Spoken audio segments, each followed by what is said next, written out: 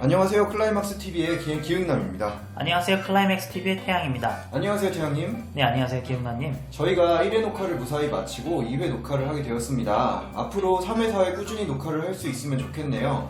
이번에 주제는 지난번에 예고해드렸던 대로 팀별 정리, 두산 베어스가 되겠네요, 태양님. 일단 이게 1화가 아니라 2화가 됐으면 좋겠습니다. 방송이 된다는 얘기니까요. 그렇죠. 네, 애매하게 18분이 되는 바람에 네, 좀 길어졌죠. 좀 길어졌죠. 네. 그래서 20분이라면 버릴 텐데 그렇죠. 18분 애매해져서 네. 올릴지 말지 지금 고민 중인데 일단 올라갔으면 좋겠습니다. 예, 그렇습니다. 네, 일단 두산 얘기를 해보면 두산이 일단 역전 우승을 이뤄냈습니다. 김태형 감독의 부임한 2015년 이후 5년 연속 한국 시리즈 진출이라는 금자탑도 달성했습니다.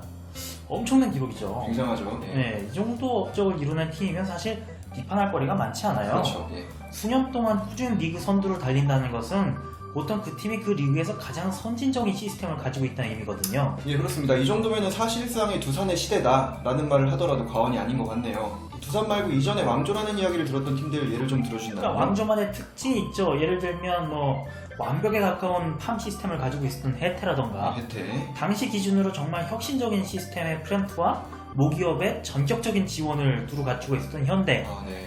모기업으로부터 굉장히 냉대받았지만 당대 최고의 리더십을 자랑하며 새로운 투수 운영 방식을 제시했던 SK. 그리고 모기업의 절대적인 지원을 받으면서 프로야구 역사에 길이 남을 스쿼드를 자랑했던 삼성까지 역대 왕조를 만들었던 팀들의 전성기를 살펴보면 사실 안 좋은 점을 찾는 게 더 힘듭니다. 근데 지금 두산 좀 달라요. 성적은 나오고 있는데 약점도 확실히 보이거든요. 예, 약점이 보인다. 두산이 왕조에 가까운 팀이기는 해도 기존 왕조로 불리우던 팀들과 비교해본다고 하면은 압도적인 모습은 아니다라는 말씀이신 거죠. 네, 그렇습니다. 일단 장점을 살펴보면 프런트와 현장에 아무 잡음 없이 오롯이 하나의 목표를 바라보고 있다는 점을 들 수 있겠죠. 망하는 팀들을 보면 사실 프런트와 현장이 자주 싸웁니다. 네. 올해 롯데도 사실 양상문 감독과 프런트의 관계가 그다지 좋지는 못했어요. 그렇죠. 예. 아무리 성적이 좋지 않아도 부임 첫 해에 경질이라는 이례적인 결과가 나온 것에는 분명히 그런 부분에 영향을 미쳤다. 이렇게 할 수 있겠는데 네. 두산은 그런 게 없어요. 그러고 보니까 두산은 이제 오비 시절부터 감독의 중도 경질이 없던 팀이 아니었나 합니다. 물론 김진욱 감독님이 예전에 한번 중도 경질에 가까운 적이 있었는데 그렇죠. 네, 맞아요. 네, 그게 이제 나중에 얘기를 하겠지만 전화를 잘못 받아서 그런 적이 있었는데 그거는 나중에 얘기를 하고 예. 결과적으로 이제 중도 경질은 안 됐죠. 그렇죠. 예. 근데 김태형 감독은 사실 현역으로 뛰던 시절부터 두산이 그 리더십에 주목을 했고 네. 미리 차기 감독으로 내정해두고 육성했다고 해도 과언이 아닙니다. 예, 선수들을 육성해서 쓰는 것뿐만이 아니고 두산은 감독까지 육성해서 쓰는 팀이네요. 그렇죠. 왜냐면 김경문 감독 시절부터 김태형 감독은 차기 감독으로 내정돼 있었어요. 네. 프런트가 전격적으로 밀어주는 프랜차이즈 감독이기 때문에 잡음이 날 수가 없는 거예요. 김태형 감독도 그 점을 이해하고 있기 때문에 프런트 입장에서 무리하게 느껴질 수 있는 요구를 하지 않는 거죠. 그러니까 현장과 구단이 시체말로 이제 쿵짝이 잘 맞는다는 거네요. 그렇죠. 예를 들면 감독 입장에서는 돈을 지나치게 투자해서라도 양의지만큼은 좀 잡아주세요라고 요구할 수 있는 건데 예. 프런트와 완전히 공감대를 형성하고 있으니까 일찌감치 한 일정 금액 이상으로 넘어가면 잡기 힘들겠구나 라고 이해하고 대신 외인 타자에 좀 신경 써달라고 하는 그런 식인 거죠. 예, 말씀을 듣고 보니까 확실히 두산이란 팀이 선택과 집중을 잘 하고 있다는 그런 생각이 드네요. 맞습니다. 그런 식으로 일단 프런트와 현장에 상당히 잘 교감하고 있고 그것도 올바른 방향으로 굉장히 교감하고 있다 라는 점에서 장점이 있다고 할 수 있을 것 같고요. 아까 잠깐 언급했지만 외인을 참 잘 뽑았어요. 그렇죠. 예. 페르난데스가 쿠바에서도 정말 출루의 신 같은 활약을 했던 선수인데 예.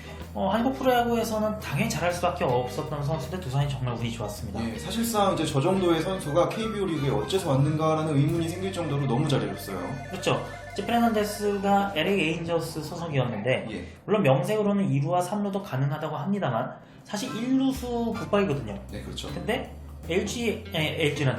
죄송합니다. 예. LA 에인저스 입장에서는 네. 더 보여준 게 많고 연봉도 높은 알버트 푸얼스라는 붙박이 1루수가 이미 있던 상황이고 그렇죠. 예. 그리고 지명타자로 이제 가야 되는데 네.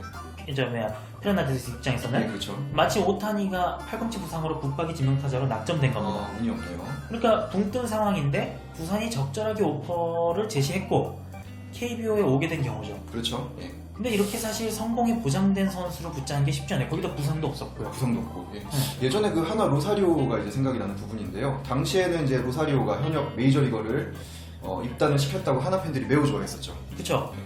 게다가 또 페르난데스 같은 경우에는 감독이랑 궁합도 굉장히 잘 맞았던 게 김태형 감독이 인내심이 굉장히 적은 감독입니다. 기회를 줬을 때 자기한테 눈도장을 찍지 못한 선수는 정말 가차없이 버려요. 무섭네요. 그렇죠. 대신 한 번 심리하기 시작한 선수는 아무리 못해도 계속 기회를 줍니다. 그죠. 예. 작년에 오제일이라던가 예. 올해 뭐 김재환, 오지훈한테 그랬죠.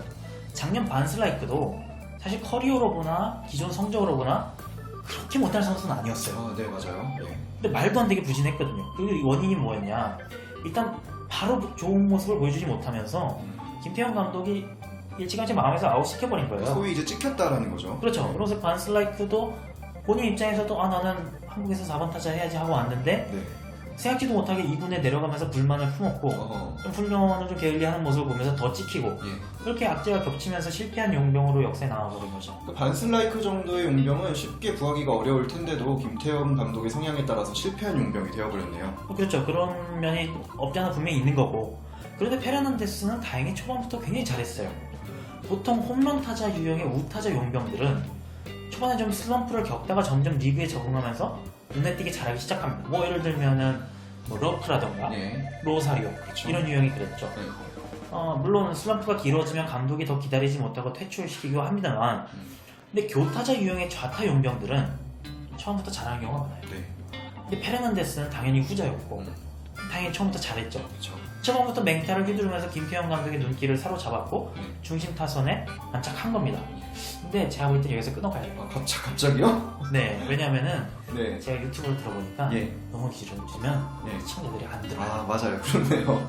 네, 그러면 지금 이제 여기까지 하고 이어지는 다음 회차에 2부로 더 이야기 나눠보도록 하겠습니다. 지금까지 클라이맥스 TV 기흥남. 태양이었습니다. 원래 너무 뜬금포로 끊어가는 거긴 한데 네.